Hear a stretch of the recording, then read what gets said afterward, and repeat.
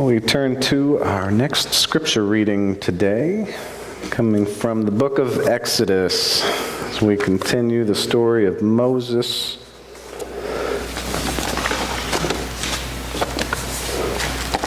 Moving forward with God's promises from chapter 12, verses 1-14. The Lord said to Moses and Aaron in the land of Egypt, "This month shall mark for you the beginning of the months. It shall be the first of the months of the year for you. Speak to the whole community of Israel and say that on the 10th of this month each of them shall take a lamb to a family, a lamb to a household. But if the household is too small for a lamb, let him share with a neighbor who dwells nearby. In proportion to the number of persons you shall contribute for the lamb according to what each household will eat. Your lamb shall be without blemish, a yearling male. You may take it from the sheep or from the goats. You shall keep watch over it until the 14th day of this month, and all the assembled congregation of the Israelites shall slaughter it at twilight. They shall take some of the blood and put it on the 2 doorposts in the lintel of the houses in which they are to eat it. They shall eat the flesh that same night. They shall eat it roasted over the fire with unleavened bread and with bitter herbs. Do not eat any of it raw or cooked in any way with water, but roasted. Head, legs, and entrails over the fire. You shall not leave any of it over until morning. If any of it is left until morning, you shall burn it. This is how you shall eat it, your loins girded, your sandals on your feet, and your staff in your hand, and you shall eat it hurriedly. For it's a Passover offering to the Lord. For that night I will go through the land of Egypt and strike down every firstborn of the land of Egypt, both man and beast. I will mete out punishments to all the gods of Egypt, I the Lord. And the blood on the houses where you are staying shall be a sign for you.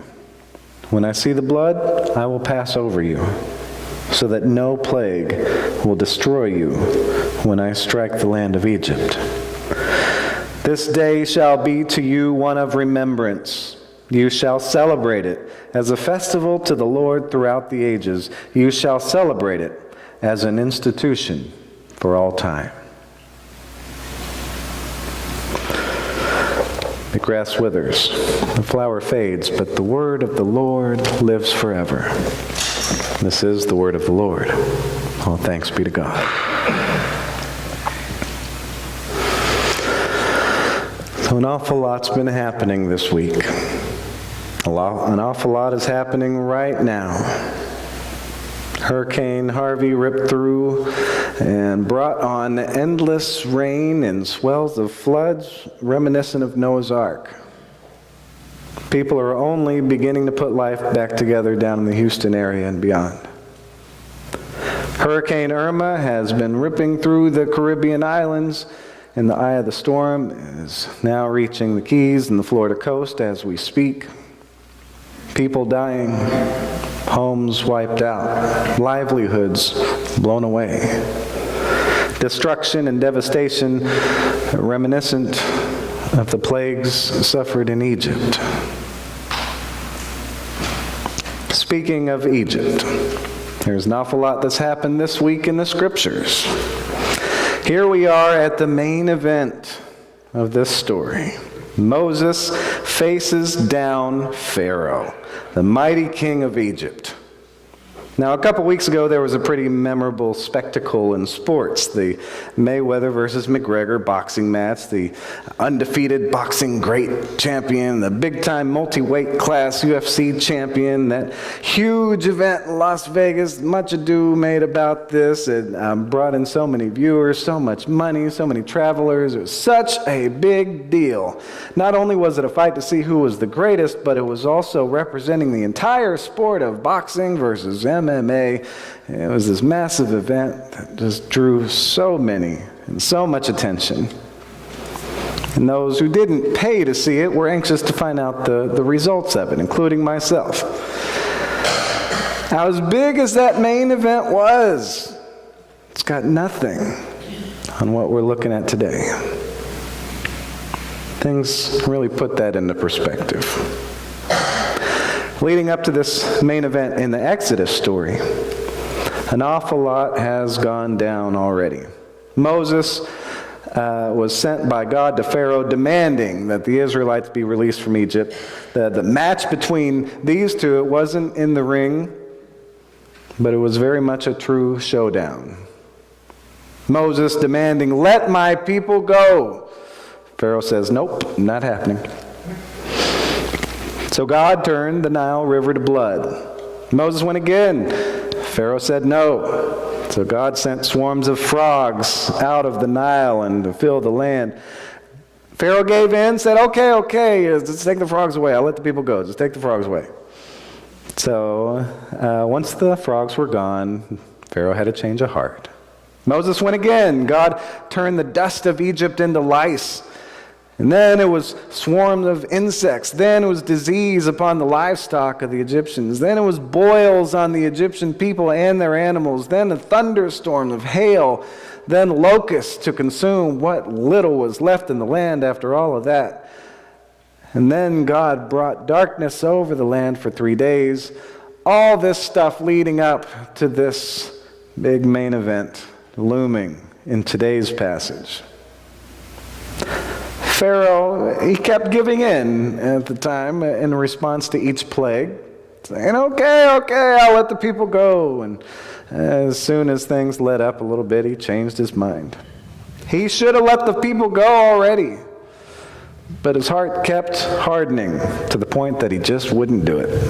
Now, obviously, he needed to do it for his own good and for his country as a whole. And beyond that, for the sake of human rights. Because releasing the people from such brutal oppression would simply be the right thing to do.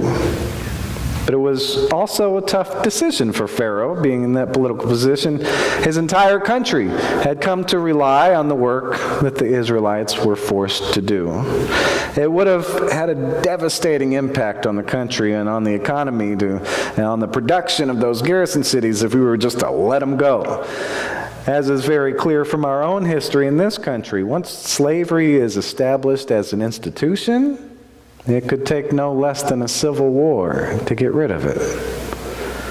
Yes, Pharaoh was cold and callous to the suffering of human beings, while at the same time he was in a very tough decision to decide which would be worse, whether to release the slaves or to just bear through it and suffer God's plagues.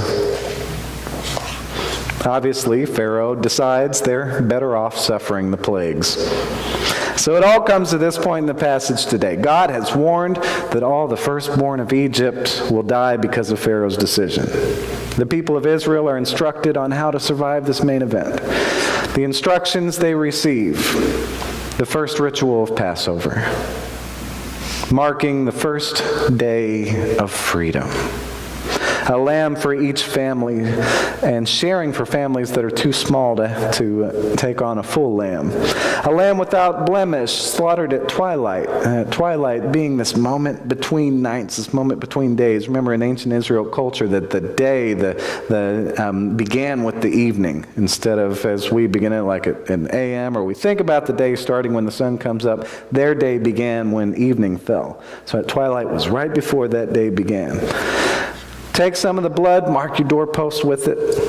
Don't eat it raw. Don't cook it in water. As the water of the Nile became a symbol of death when the Israelite children were drowned in it. Then again when it turned to blood and all the fish died. Eat this lamb with unleavened bread. As we do at communion, we use unleavened bread. This is bread that is not given the time to rise from the yeast. It's bread that's cooked in a hurry. And eat it with bitter herbs. Bitter herbs recall the bitterness of the oppression that they've suffered as slaves. This new ritual, this would be a ritual of life. One done solemnly, understanding the suffering that was occurring in order to give them life. Eat everything. And what's not eaten, burn it. Leave nothing left over. They weren't staying there. They were leaving Egypt. They were leaving Egypt for good. And they were leaving in a hurry for new life. Eat it as people on the move. Loins girded, sandals on, ready to go, staff in hand. Eat it in a hurry. No lounging around. Because in the middle of the night, the Lord would go throughout the land of Egypt and strike down every firstborn, man and animal alike. Punishment not only for Pharaoh and all the people involved in this crime against humanity called slavery, it was also punishment for even the gods of Egypt. Only homes with that lamb's blood on the doorpost would the Lord pass over and leave unharmed. The ritual established this fateful evening and become an institution, something done for all time to come in order to remember the great, great lengths that God went to give life, new life, to a people who suffered so greatly. Above all, remember. How easily we forget the details, the significance, the meaning of things that happen in our lives. So easily we forget who we are. Paul, in that piece from his letter to the churches in Rome that we read earlier, he's urging them not to forget who they are, but to remember who they are and whose they are. That they are people who've been saved by the work of Jesus Christ, called to a better life than one they've ever lived before. For what they've been given, they don't owe anything but love. All they owe in return is love. By loving one another, they fulfill every commandment. By loving one another, they show that they remember down to their very core how much they are loved in the first place and what's been done for them.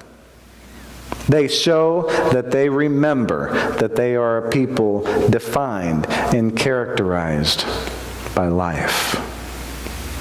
How easily we forget. A good Christian gets carried away with the day-to-day of life. Sure, great on Sunday, but then as the week goes along, getting frustrated by the little things that all go wrong, that don't go according to plan. Or worse yet, in the wake of injury or sickness or the death of a loved one. Quickly losing patience, lacking understanding. These things run their course. Hurtful things get said. Division between neighbors forms. Care and concern gets replaced by anger and resentment. All of a sudden, that good Christian who's usually pretty good about showing love forgets how important it really is. Who is that good Christian? That could be any one of us. So to every one of us, God says, remember. As a nation and internationally, right now we are all in the wake of an enormous tragedy. Here in Indiana, we're physically far removed from Texas and Florida and the Caribbean. We've got these gorgeous blue skies. But we're not far away emotionally or spiritually. Many of us have family and friends in these areas, maybe even property. Every day of our lives, and particularly in times such as these, we are called to remember who we are, along with all God has done for us. And to be moved by those memories in our thoughts, in our prayers, and in our actions.